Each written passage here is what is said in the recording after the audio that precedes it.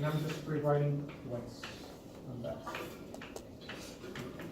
So real quick, they're from nomenclature, these are formulas. These are chemical formulas.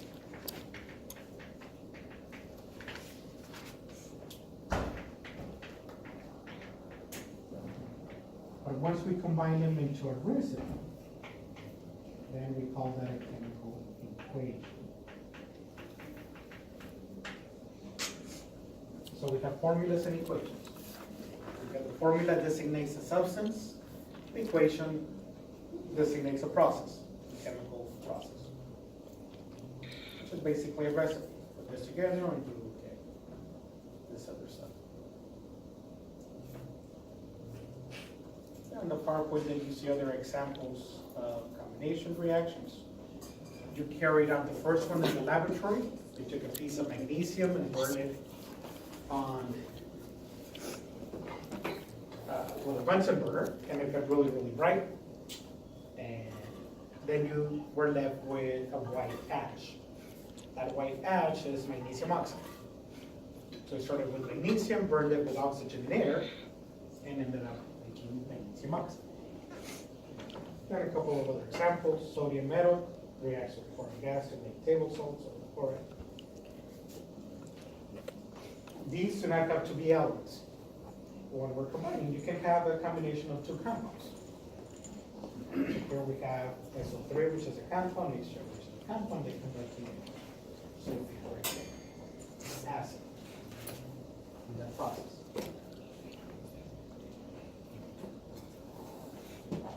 The opposite of combination then is the composition. You start with one reactant.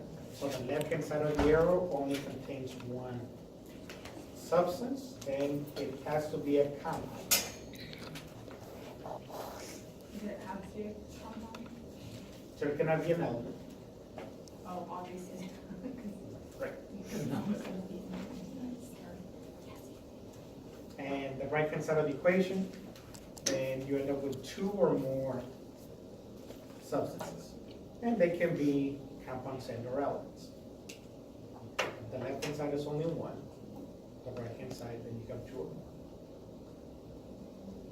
Composition.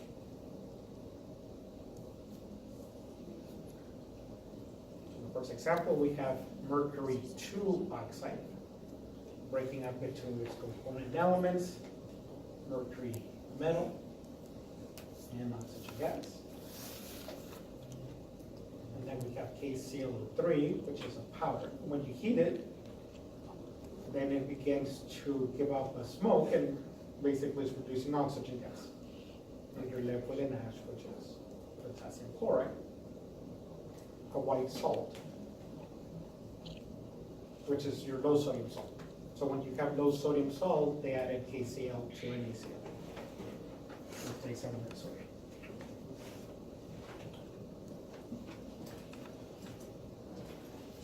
And then we have single replacement or single displacement. And on the left-hand side, then you have one element and one compound. And on the right-hand side, you have the same thing, an element and a compound, but the element is different.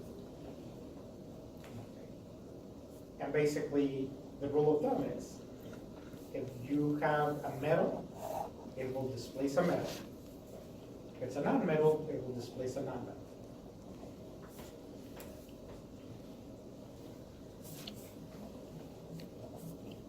The examples that you see on the bottom, then,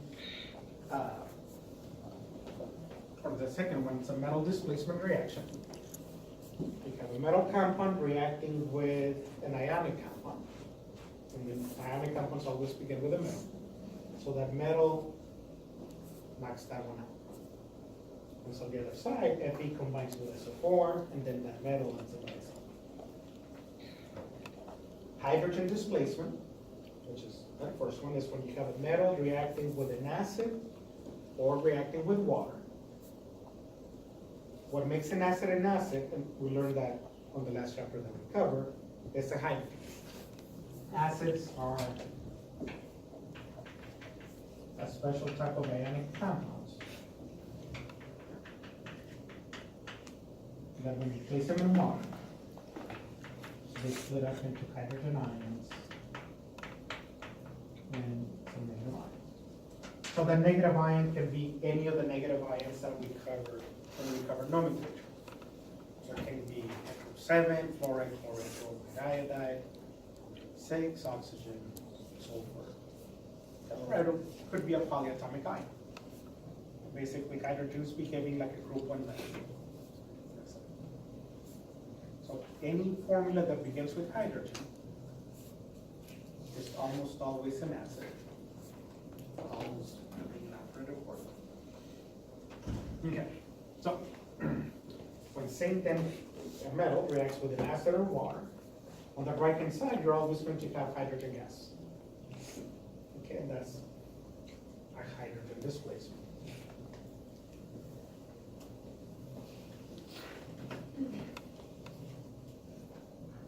And then we do not have an example there of a metal, but we can take chlorine gas and react it with NaCl, and it will displace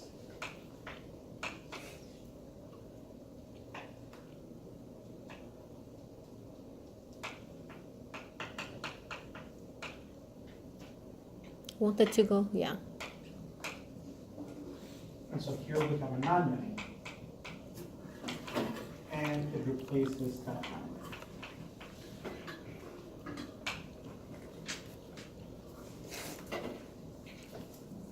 And there's rules for predicting, at least the group 7 ones. When you go down group 7, whatever's on top can displace anything that's below it. So fluorine can displace chlorine, bromine, and iodine. Chlorine can displace bromine and iodine. Bromine can displace iodine. Iodine cannot displace anything. That's it. And then there's also a series of rules, which we don't have to get into it. That rule whether a metal can displace another metal. So just because we line them up doesn't mean that a reaction will happen. Okay. And so in the example here, iron can displace copper. So you can see from that reaction, however, that reaction actually occurs. In those reactions, the compound is usually aqueous in order for it to work. And so you'll notice acids will be aqueous, ionic compounds will be aqueous, and aqueous. And you carried out an example of that reaction. You took a piece of copper and you placed it in. No, sorry, you took a piece of zinc. Took a piece of zinc and placed it in copper sulfate. That was a blue solution. And then that piece of zinc, it looked kind of like this color. And then it should have darkened up after a few minutes. That's the one where you got to wait for a while for something to happen. 30 minutes. Mm-hmm. And so it should have darkened it. That dark color was due to the copper going from solution to solid copper. So basically you were going copper crystals on that piece of zinc. And you put it in. And then, but there's a series of rules that tell you this will displace this, and then other metals will not work. Same thing with metals reacting with water and reacting with acids. Okay, there's rules of which metals do and do not. The metals that are basically rust-proof, and they do not react with water nor the hydrogen in acids, are your coinage metals: copper, silver, gold, and then in addition to mercury and platinum. You said they don't react with water or acid? Right. Copper doesn't react with water?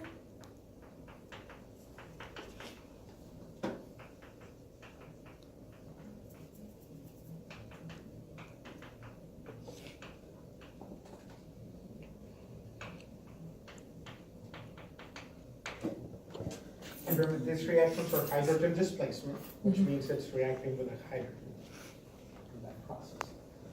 That's why the only metals, every water comes into our homes, where it's at our homes, in copper mines. Because really it's the only metal that can be used. silver and gold are too soft and too expensive to do with silver piping or gold piping in your home. Okay. Even if you could afford it, the metals are too soft. You bump them and they will bend. That's why in movies, when you see them bite into gold, it makes an indentation. Gold is a soft metal. That's how they can tell the purity too, huh?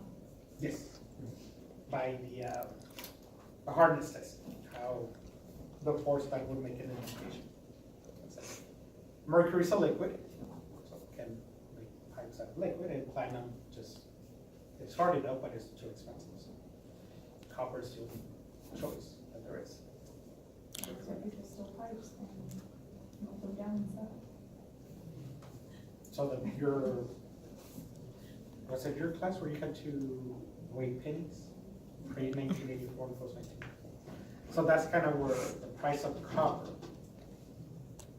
ended up being more expensive than the face value of the coin. So basically, a pure copper penny was worth more than a penny. And so people were taking the pennies and melting them and then selling them for a profit. That means the government was also losing money by printing pennies because they're spending more on the copper than the face value of the coins, and so they switched to zinc. So I think it's zinc inside, and then it has copper on the outside, but inside it's zinc. Zinc does react with water and acids. So you take a penny, copper penny, and you make a stretch on it, and put it into a strong acid. The acid will eat the inside out, which is where the zinc is, and basically ends up being hollow. Take it out, and then you can snap it. It's just dissolve. Now, there are acids that will react with each one of these metals, but it's not the hydrogen, it's the negative ion that's doing the reaction.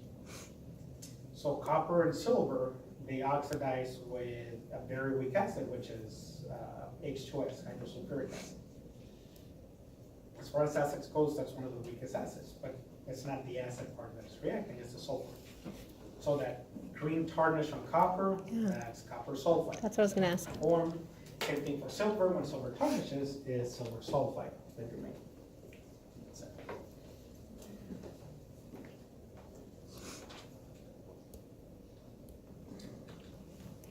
Okay. Now, the first step.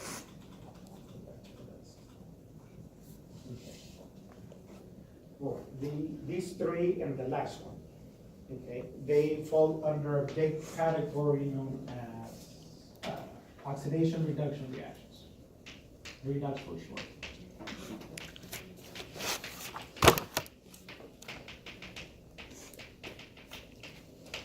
In these types of reactions, electrons are trapped.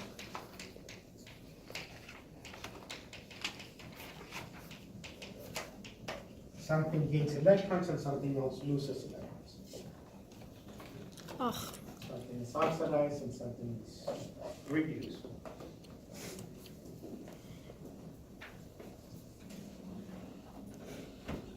So combination, decomposition, stable replacement, and combustion are all redox.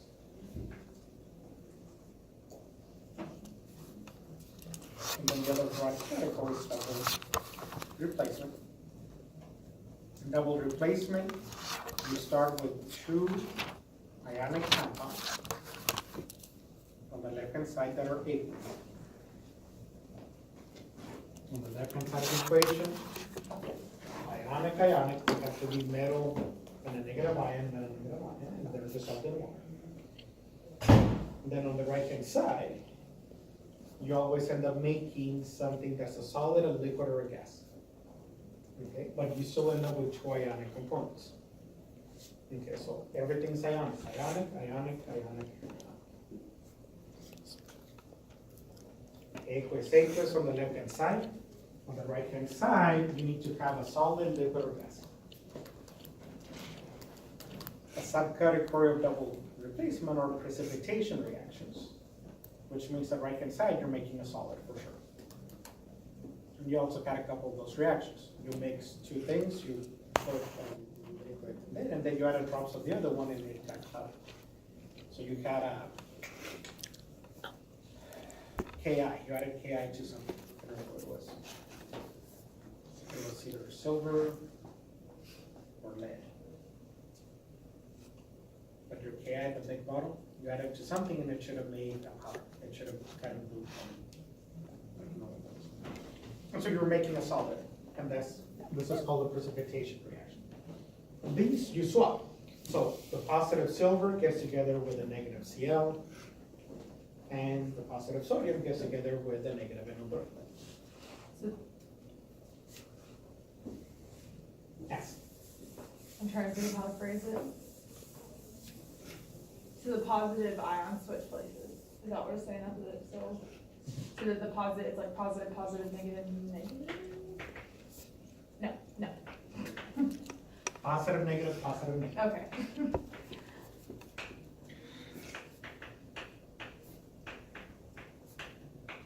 So zinc sulfide is made up of zinc ions and sulfide ions. You get into this over here. And HCl is made up of hydrogen ions and chlorine ions. Okay. So these start up together, and then they swap partners. So the zinc gets together with Cl. That's a positive 2, that's a negative 1. Okay, so I need 2 Cls to cancel that positive 2. So we're making zinc chloride, just that one. And then the zinc, then the hydrogen and the sulfur get together. That's a positive 1, negative 2. You need 2 positive ones to cancel negative 2. So we're making H2S. So yeah, they literally just swap places. Okay. And do you have to put the positive first and then the negative, or just however? No, yes. Remember, for all ionic compounds, Positive the first. cation, which is your metal or ammonium, comes first.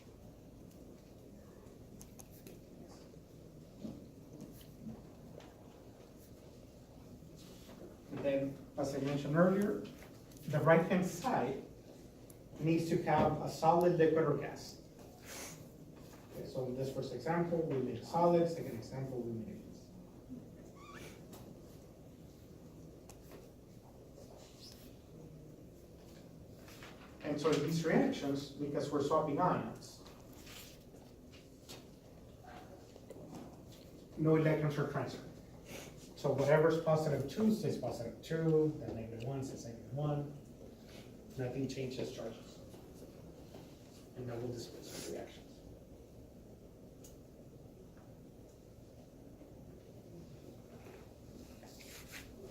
So in this example, which is the wrong one.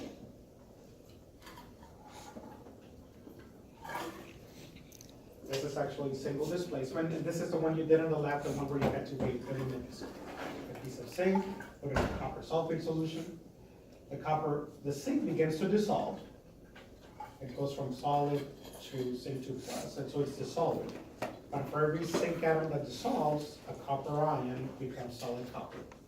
And so it starts growing in the setup, and you end up with that very dark reddish brown. So you strip it off, it's pure copper. Barium sulfate.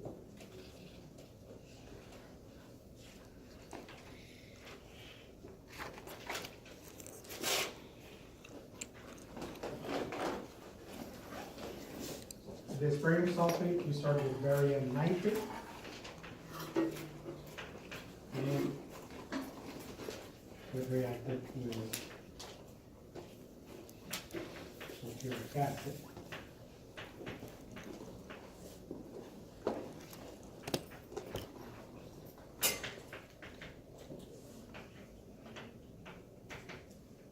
So barium nitrate is made up of barium ions and nitrogen ions. Sulfuric acid is made up of hydrogen ions and sulfate ions.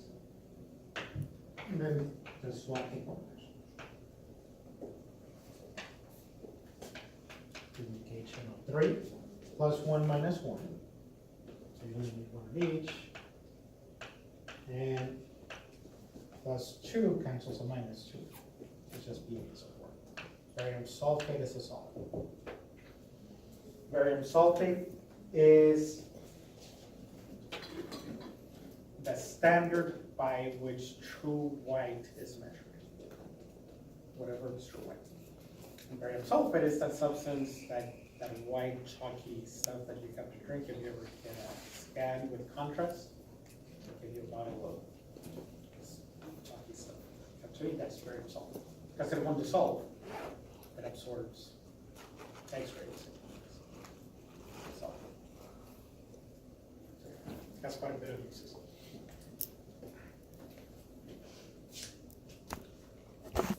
And last but not least, we have a combustion reaction. Combustion is also redox.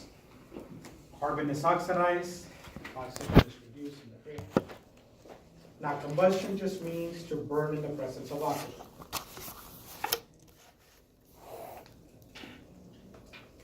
You're reacting a compound with oxygen or an element with oxygen.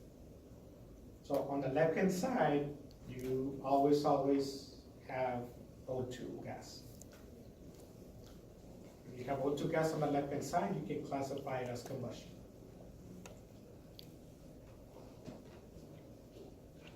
Now, for the most part, though, we kind of concentrate on the combustion of hydrocarbons.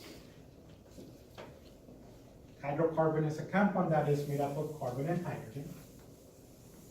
That's the name hydrocarbon.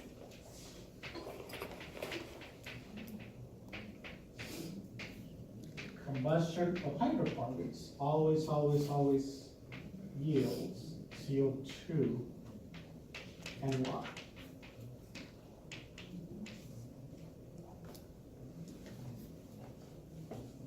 Doesn't matter which hydrocarbon it is. Anytime you burn hydrocarbon, you end up with CO2. So when you turn on your stove, you're making CO2 and water. When you turn on your car, you're burning gasoline, you're making CO2 and water.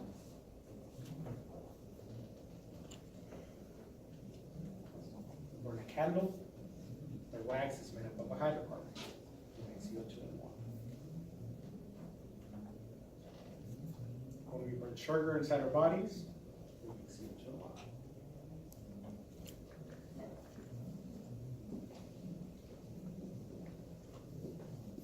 Combustion reactions are always exothermic, they always release energy.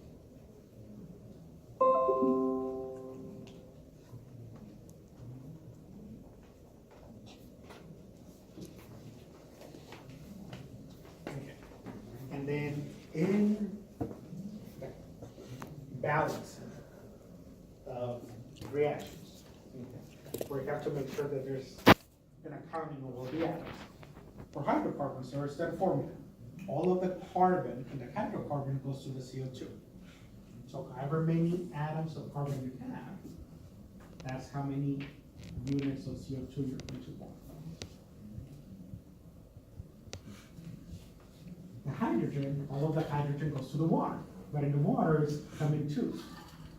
Okay, so basically you take that many hydrogens and divide it by 2, and that's how many waters you're gonna make. So you end up with water.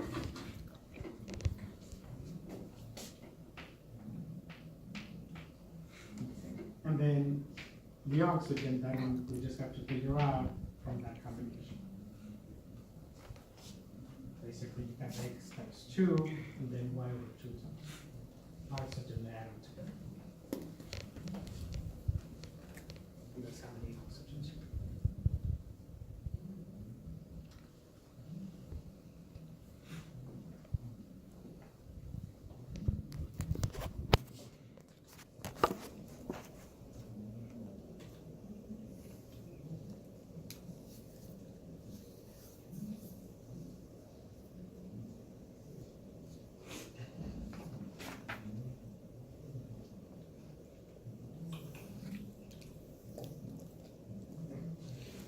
Now,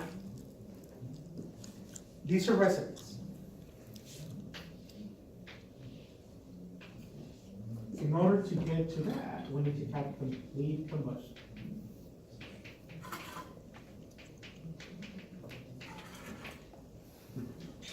But that recipe can occur in one or multiple steps. Some reactions occur in one step, some reactions occur in multiple steps. Combustion reactions occur in multiple steps. Before we make CO2, the reaction produces carbon monoxide first. And then that carbon monoxide eventually turns into carbon dioxide in that process. So incomplete combustion ends up producing CO, which is more toxic than CO2. That CO2 is good, but CO is even worse. So worry more about it. So in your vehicles, you have in your motor, you have a catalyst, you have a catalytic converter. The catalytic converter makes sure that the combustion is as complete as possible, so that any unburned hydrocarbon or CO eventually turns into CO2. That's it. Okay. But when you have things that are not burning the way that they're supposed to burn, then the amount of CO2 can be too high. And that's going to occur for any hydrocarbon that you're burning. So whether you're burning gas, oil, wood, it doesn't matter. The combustion is always incomplete. You're inefficient. Our engines are inefficient. You're not producing carbon monoxide. So can you still kill yourself and if you like, this is so morbid, sorry. Can you still like kill yourself if you sit in your garage and turn on your car? Yes. Even though you have a catalytic converter? Right now, not by the carbon monoxide, by the CO2. Oh, So I it's thought it CO2. was the carbon monoxide that killed you. If you have an older car, and that used to be, Or if you're like redneck and cut your catalytic converter off to make your truck sound real loud. yes. Which, yeah. Happens a lot in Alvin. Well, I mean, I always think funny because the idea is to make it seem like you're going really fast. And so you see these cars going 50 miles an hour. I'm like, seriously, that thing like talking like that. But yes, now, so CO2 and CO are very similar in terms of the beginning effects. Not necessarily on how you perish, but in terms of their colorless, odorless, and they're poisonous. CO though is more poisonous than CO2 in that sense. Then as you can see here, carbon monoxide attaches to hemoglobin molecules when inhaled. So does CO2. When in our bodies, when sugar is burned, it makes CO2 in water. And so hemoglobin drops off oxygen and then takes up excess CO2 so we can breathe it out. Well, and also converts to bicarbonate, which buffers the The acidity blood. in our blood. Yes. But carbon monoxide can't do that, right? No. Yeah, so.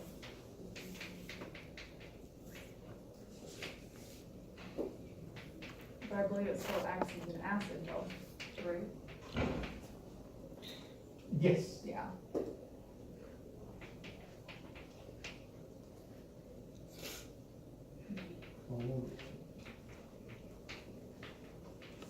The bicarbonate's negative. Yes. Right. So CO2 dissolves in any water system. Okay, so not just our bloods, but in terms of the atmosphere of the earth, into any open water systems, like gas, into lakes, rivers, oceans. And as it dissolves in water, it produces hydrogen ions, which determines acidity, and bicarbonate ions. When you're hyperventilating, you're exhaling too much. And even though CO2 can kill you, we do need a certain amount of CO2. The pressure of CO2 in our blood needs to be around 40 to 44 millimeters of mercury. When you do ABGs, arterial blood gases, we test for the partial pressure of oxygen and the partial pressure of CO2. And so for CO2, it needs to be between 40 and 48, if I recall correctly. And so when you're hyperventilating, you're exhaling too much CO2. This is supposed to be in balance. So if we exhale too much CO2, so this is happening, the body's going to respond by making more of it. In order to make more of it, it needs to run this reaction in reverse. To run it in reverse, these become now ingredients. So that means these get used up. So in order to do this, then the amount of hydrogen decreases and the amount of bicarbonate decreases because we're using them to make CO2. Because we're losing.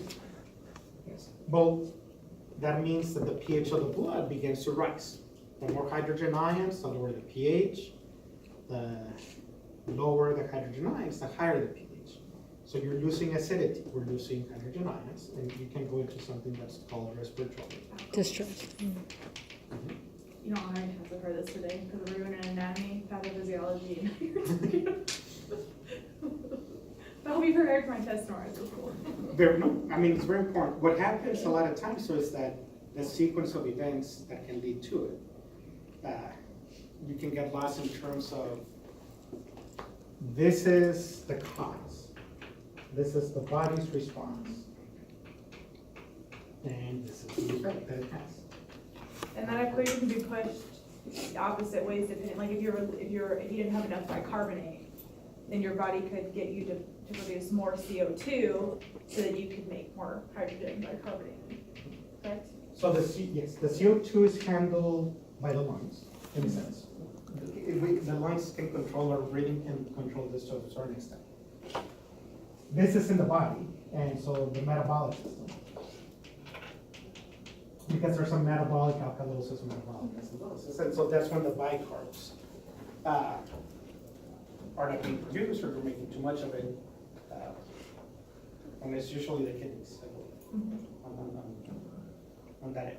And so depending on which side is malfunctioning. Oh, sorry.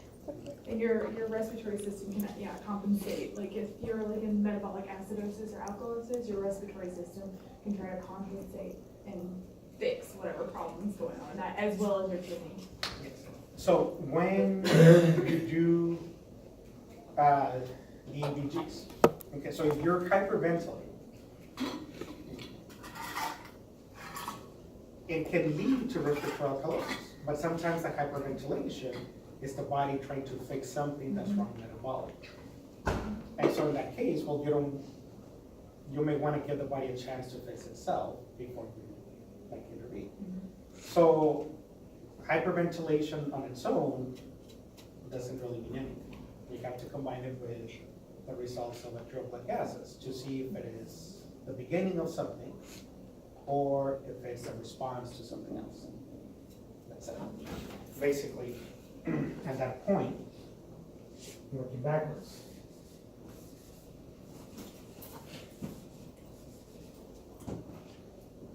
If the amount of CO2 is decreasing, basically the body is doing this. That's because the body started doing this. And it started driving in that direction. That means that metabolically, the amount of hydrogen ions was too low. Okay. So that metabolic alkalosis. Let me just make sure I have this right. Metabolic alkalosis, basically the pH of the blood is too low, and that could be because actually usually the bicarbs are too low. You're low on bicarbs, the body responds by making way more bicarbs. So in order to do that, it has to use up CO2 that's already. Wait, would that be alkalosis or acidosis? It's too low. Because If the Both. it needs to go down because the pH is too high. This is the start. Oh, For respiratory alkalosis, that's the outcome yeah. of hyperventilation. Oh, yeah. Something else is wrong with the kidneys, there's not enough bicarbs because of this. And then the body begins to respond by making more bicarbs, and for that it starts using up CO2. But we don't really get the CO2, unlike hyperventilation, which the body can cause unconsciously. So you hyperventilate without you wanting to hyperventilate. You know, you're hyperventilating, you don't have control over it. Hypoventilation, on the other hand, doesn't occur spontaneously. You don't take deep breaths uncontrollably, if that makes sense. You know, you can do, like, what's wrong? But you don't do that. You do this consciously. The deep breaths are conscious, they're not unconscious. So the body cannot take deep breaths and hold on to CO2. the CO2 has to come internally, the one that's already there. So it uses up the CO2 that's already there, which means it starts decreasing from internal to fix this. That's it. And so depending on what the partial pressure of CO2 is, then it's either cause or response. That's it. In terms of the Earth, so global warming, too much CO2 dissolves in the oceans start becoming more acidic. That excess acid in the ocean starts destroying coral reefs, which are made up of calcium carbonate. Calcium carbonate reacts with acids that come from CO2 in the atmosphere. It actually creates more CO2. This starts creating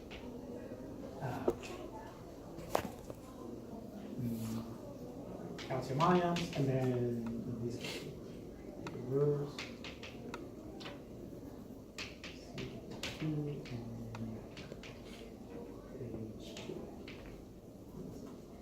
And then that CO2 reinforces the cycle.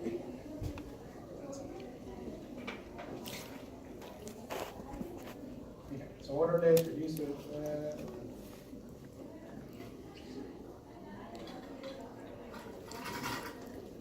Let's see, so when hemoglobin starts binding to carbon monoxide instead of oxygen, it's just as supposed to.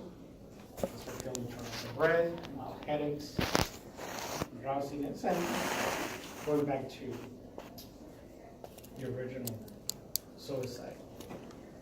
Same, right? It's that drowsiness that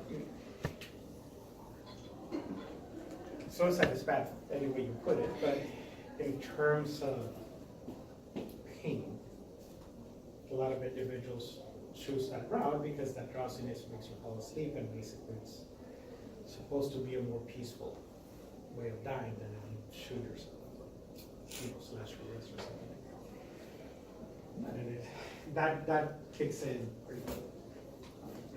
Well, I think people do that on accident too, sometimes, not necessarily suicide. Well, Probably not now, 10, but about probably used to. 10 years ago. I don't know, but it was a while back, but not too far back. But a couple of kids died on the bridge. Oh, yeah. They were on the back of a truck, and the line was moving very, very slow. So you have all these cars just running, and it was the middle of the day. There They was had a no wind. camper, right? It was a truck with a camper. Yeah, but I think they had the camera. And it wasn't very windy.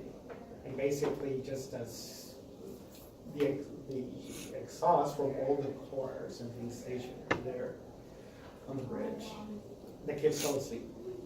By the time they crossed the bridge, and they tried to wake him up, they were unresponsive. And so they did it not at the time, but once they did the autopsies, it was too much for me. And it wasn't from their own, all from their own vehicle, it was just a combination. There was a doctor too here that killed himself, but accidentally killed his whole family along with it because they think he probably thought they were gonna find him on time. And everybody died in the house. So you just turn on his gas and just let it. Well, homes are so, because of energy efficiency, now homes are so sealed. Your windows have to, be sealed to a certain extent, your doorways and stuff like that. I think my gas on one time all day, but it was actually lit, so it wasn't just like leaking gas, it was like burning. I was like, crap. Yeah, this is like 16 years old. Oh, But when they called him, I guess they called the wife to see what they were. yeah. And then she passed out just mid-stairs. I guess it had already gone into the house. So they found her body going down to move, and then it was on the phone with the hospital. And then it went off.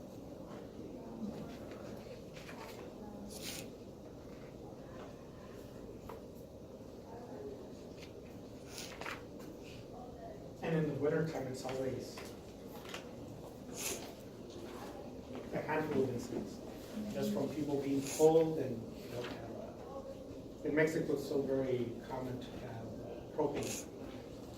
And so you have these propane heaters that are portable. But you basically have when you have a chimney, there's supposed to be an out. Make sure the chute is open, so you have air in that direction. But with those portable heaters, there's no, everything that's burning inside stays inside. And so people have died from that.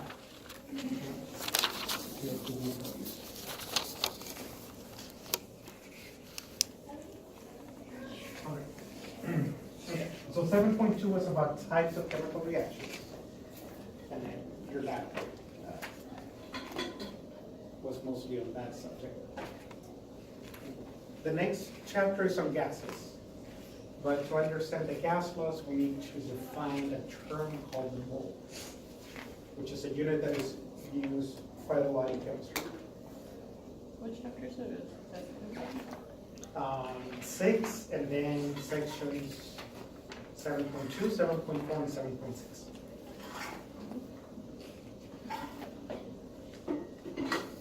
And I said that this was next Thursday. The 13th. Tuesday. Because we don't have class Monday. Well, we don't have class anyway. Yeah. Oh, that's true, we're Tuesday, Thursday. Okay.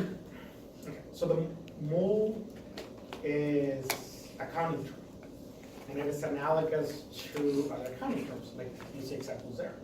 A dozen means 12 items. Rows means a dozen dozens, which is 144 items. A case, depending on case of what, implies also a number of items. A case of wine means 6 bottles. A case of fruit, say, implies 24. So there's words that imply a given number. If you know what that word means, then you know how many items there are. So the word mole then is one of those terms that represents the number of items. Now, back in chapter 3, we defined the atomic mass unit. You remember, but one AMU was defined as the 1/12 the mass of a carbon isotope. And from that, when you multiply both sides times 12,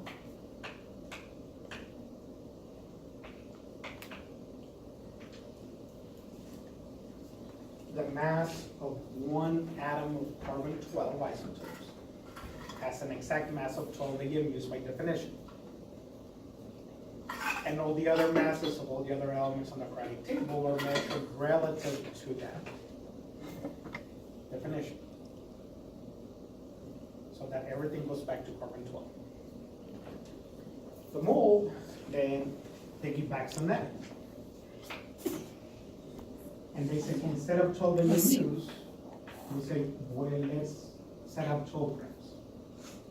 Okay? And in those 12 grams, how many atoms of carbon-12 can we find in there?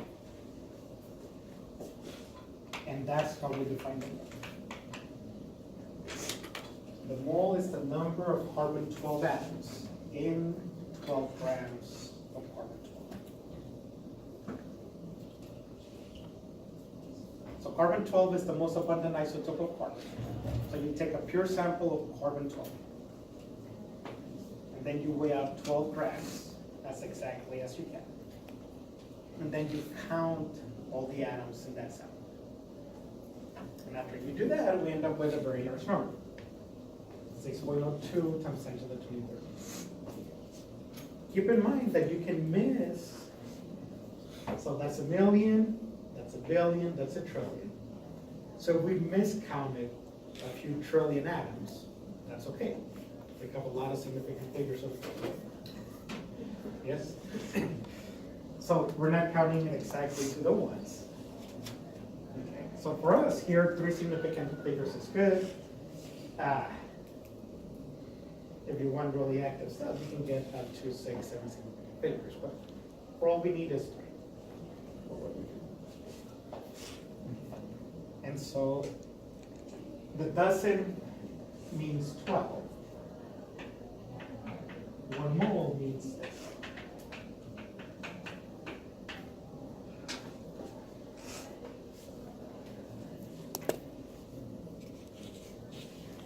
So 1 mole is always gonna be that, no matter what. That many number of atoms.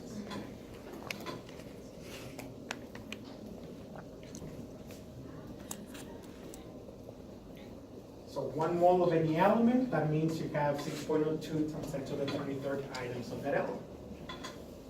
We have 1 mole of carbon, then that means we have 6.02 times 10 to the 23rd atoms of carbon. 1 mole of sodium, 6.02 times 10 to the 23rd. Now, keep in mind that what we call the particle goes along with what it is that we have. So carbon and sodium are elements. So the particles of the elements are atoms. So that's how many atoms we have.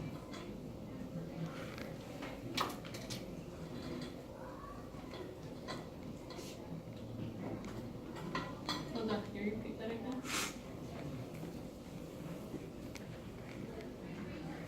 So we have to look at what this is. So that's an element, that's an element. Elements are made up of atoms. So we have 1 mole of that element, or 1 mole of that element, then we have 6.02 times 10 to the atoms of that element, because atoms are the particles that make up the elements. Here, these are not atoms, these are compounds. The particles that make up compounds are not atoms, they're molecules. So if we have 1 mole of water, then we have 6.02 times 10 to the 23rd particles of water. Those particles of water are molecules. And then what about the, Ionic compounds, they call them formula units. Okay. Sometimes we also call them molecules. So mole just signifies the number. just the amount? The amount of the number.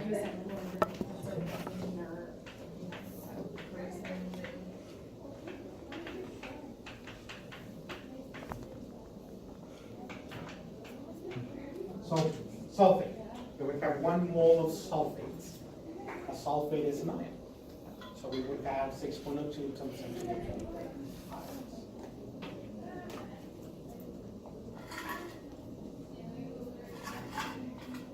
So it's a number of items, but sometimes we have a word for what we call that ion. For elements, it's atoms. For compounds, it's molecules. And we need to make sure, because a question may give you information about a molecule, but ask you about the atoms in that molecule.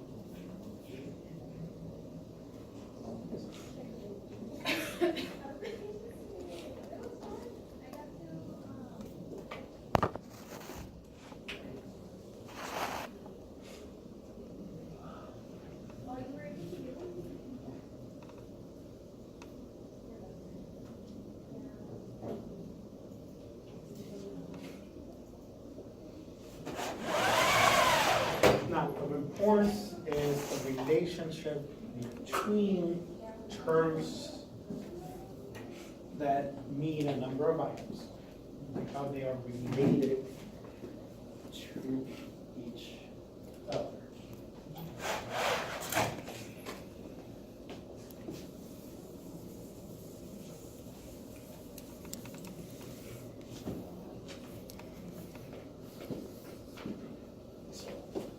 Corn alcohol, ethanol, has a chemical formula of C2H6. It's a chemical formula for ethanol. If we have 1 molecule of ethanol, then we have 2 atoms of carbon. We have 6 atoms of hydrogen, and we have 1 atom of oxygen. Yes? Yes. If instead of having 1 molecule, tell them that we have 1 dozen molecules.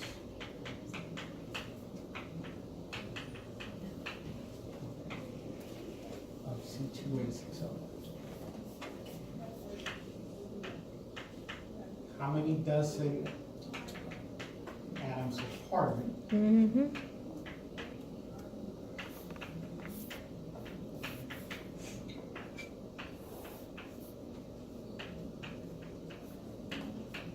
Okay, and don't give me the answer yet. Just think about it. Or you give me the answer.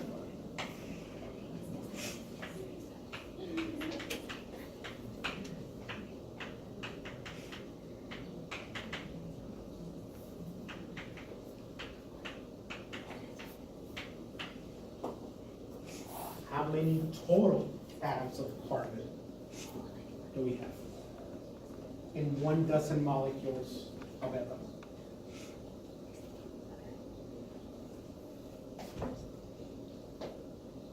So the word dozen means what? 12.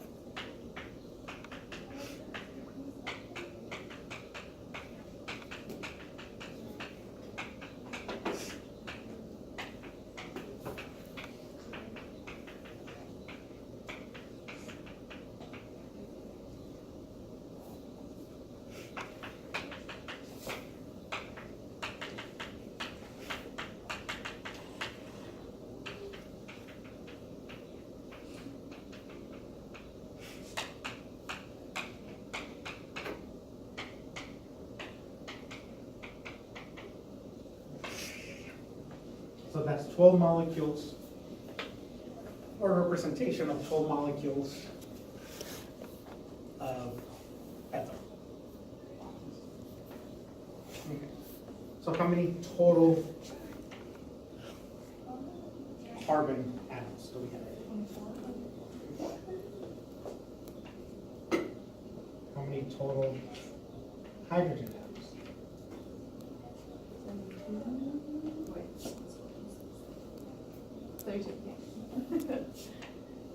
How many total oxygen atoms?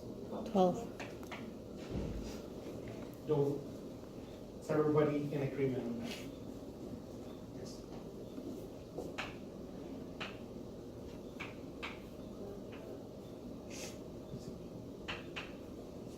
Okay. So how many dozen carbon atoms? 2, How many dozen hydrogen atoms? 6, How many dozen oxygen atoms? So see how this did not change.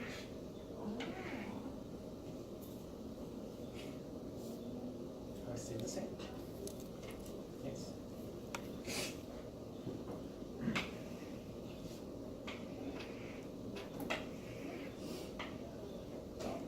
If I tell you that we have 1 gram, that's a 1 gram, we need 1,000.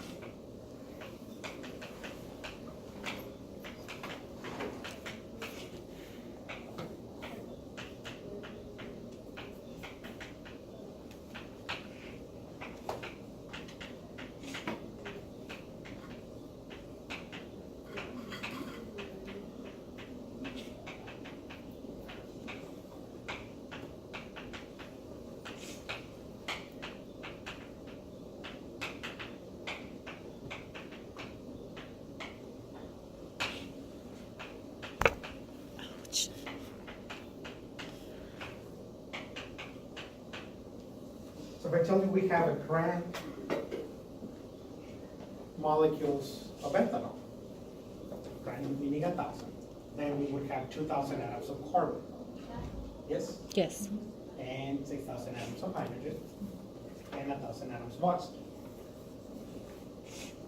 If we take those and split them into units of 1,000, then that's 2, 6, and 1. So how that ratio goes back to this. So that's going to be true for any unit that represents a number of items. So whether it's dozen, gram, a case, a gross, or in our case, a mole.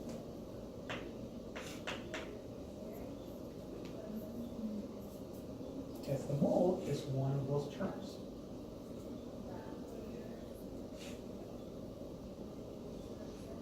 And when we expand to moles,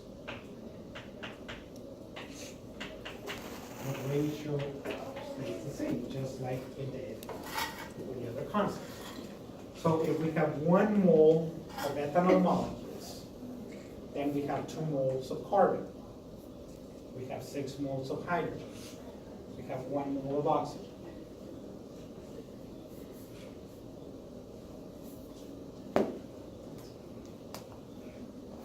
The work done is 12. So 2 times 12 is 4, 6 times 12 is 72, 1 times 12 is 12.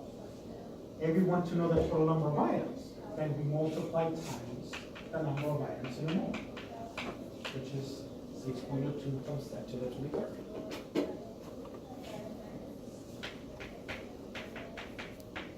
And we get the total number of items.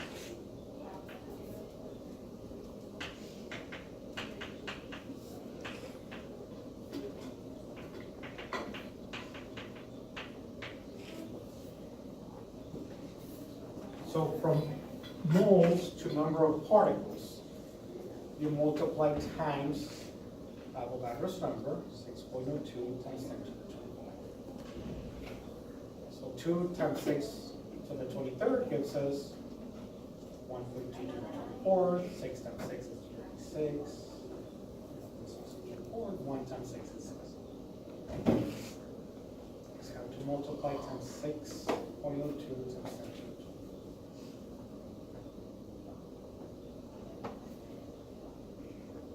And vice versa. If you have number of particles and you want to get the number of moles, then we divide by Avogadro's number.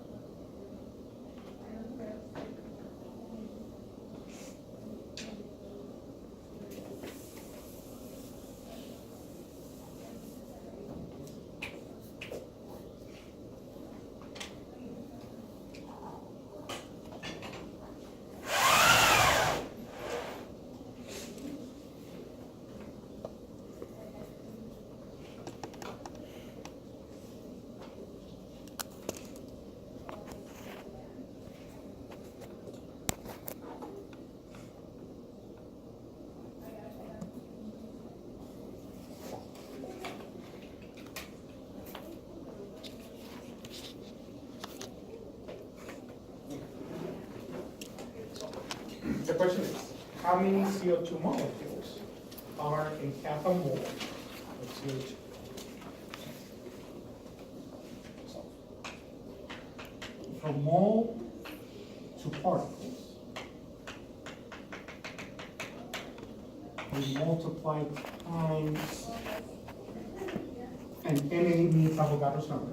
That's 6.2 times 10 to the 25. And from particles to moles, we divide by Avogadro's number. So here they're giving us moles, and they're asking us for how many molecules. So we just multiply 0.5 times 6.02 comes into the 3. Take the number of moles, multiply times mole. Moles cancels. And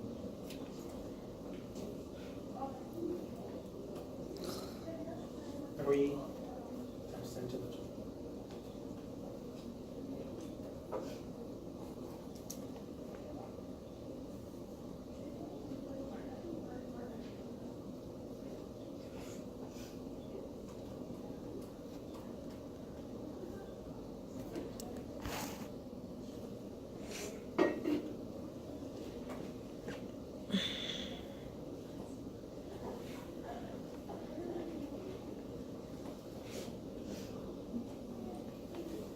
Number of atoms in 2 moles of aluminum. So we have moles of aluminum. We want the number of atoms. So we multiply 2 times 6.02 times 10 to the 23rd. So that'll give us 1.2.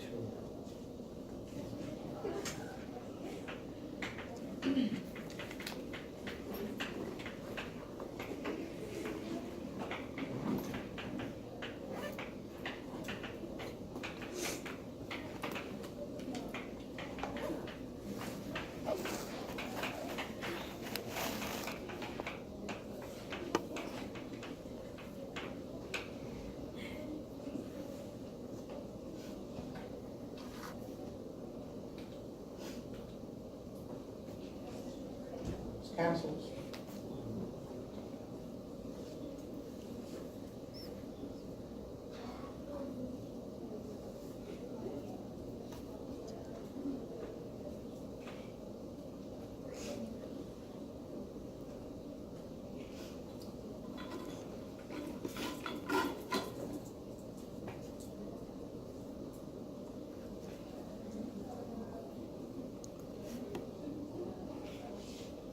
Going in reverse, then we divide.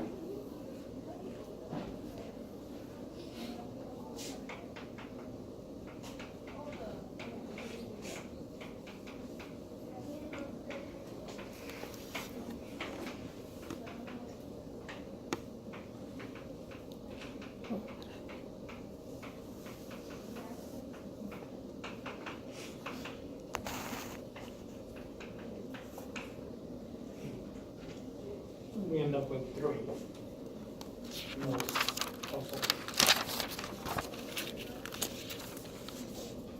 4 equals 2 moles, divided by Avogadro's number.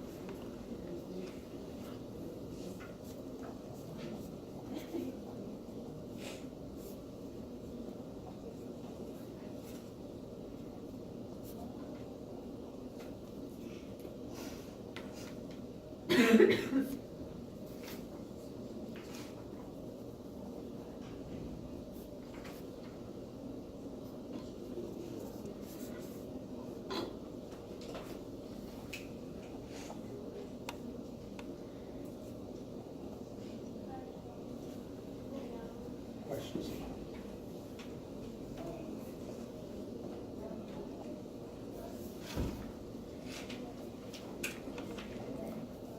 Now, on your calculators, now we're doing scientific notation. You have a special key that is specific for scientific notation. In most calculators, it's EXP or double E.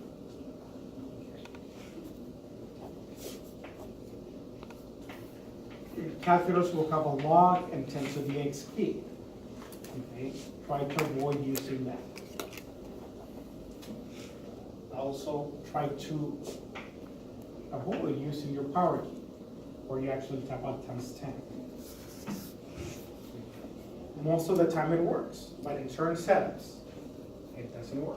Depends on how your calculator treats the order of operations. So when putting in Avogadro's number,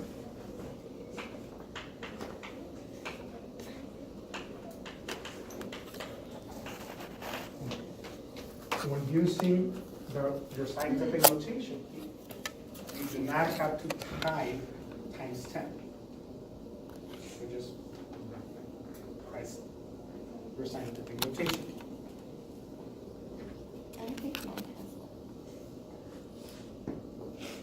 Okay, so you have one dedicated, so actually that one. So for you, so you see how you have 10 there? So this is your scientific notation key and not that one. So I would have to put like second, like function and the scientific, not the EE? No, second and EE, Oh, okay. not that. Not that. So second and EE. Okay. So make sure that you calculate calculators. Likewise, how the spring looks. Okay, say this answer, for example, on some calculators, it'll show up like that. 1.2 and then a space and then the number 24. Okay. On some calculators, you'll have the letter E in between. Okay. And then on mechanical, it will actually put the times 10 and put the 24. Let's see. Okay. But sometimes you'll see a space or just a letter E. So get used to how to read the answer on the screen also. Not just type in scientific notation, but how it pops it back to you. And that's the answer? For this operation, you'll be here, yes. The answer is 1.2 times 10 to the 2. I got a different answer. Okay. You need to multiply that times 2. So you put this in Uh-huh. times 2. Oh, So put times 2.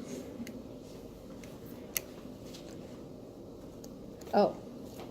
Oh, I see. Okay, so then we'll do. And you said only do 3.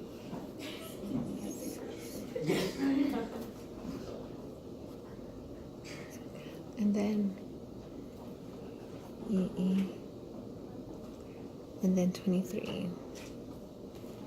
And then times. If you're doing this bottom part,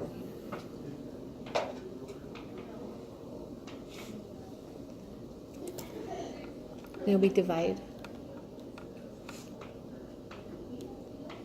and you end up with an exponent that's in the 40s, Oh. then that means you have to put this in parentheses. Always? Anything that's over 40? Well, no. If the answer is giving you this, that means that the calculator's not, it's separating this into 2 operations instead of treating it as one number. Okay. But if you have a dedicated scientific notation, you usually, We'll figure it out for you. it figures right. So then Okay. you have to do it. But there's a handful, and I think they're Casio calculators, in which it doesn't treat it as one number. It treats this as an actual multiplication when it's not supposed to. So then it'll be, So if you're doing this problem, and if you're getting 3 and some exponent, then you have one of those calculators where you have to put in parentheses. If you're getting 3, then you don't have to worry about it. You just put 6.02, your scientific notation key, and the 2 number.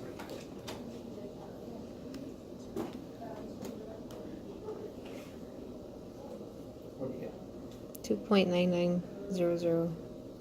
That's, And then it's good, and then just round it up? yes. Okay. Yeah, cut it out from the first.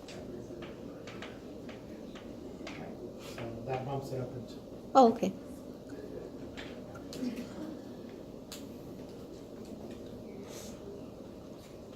Okay. And then what I was mentioning right now, So, as you have a formula, that ratio of atoms always translates to the same ratio of rows. on the answer here, that's a sig fig rule, right? Because 1.8, that's only 2 sigs, and that's why we round it to 2 sigs right there? Well, It's 2, 2. That's the smallest, so that's 2? yes. Okay.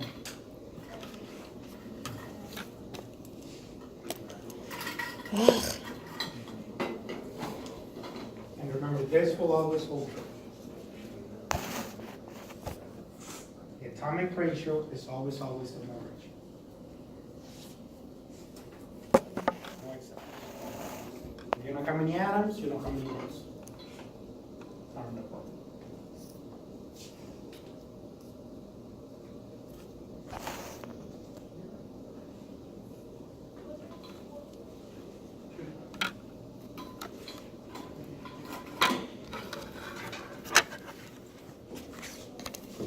So we'll finish with this.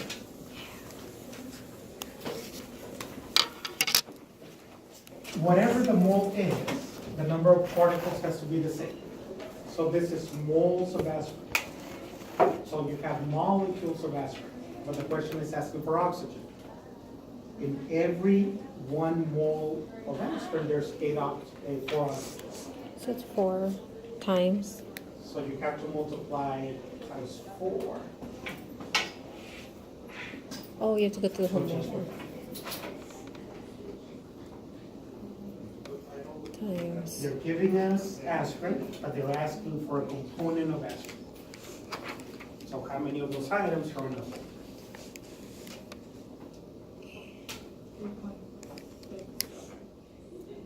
I only got 3.6. I got 2.4. Would you be wrong? I don't know. Stupid crap. times 0.15. Oh. Oh. So you test times it all the way? Okay. So I'll have the practice test by tomorrow morning. And then we'll finish the next section and then review Thursday and then test results. And Friday, do you know what lab we're doing?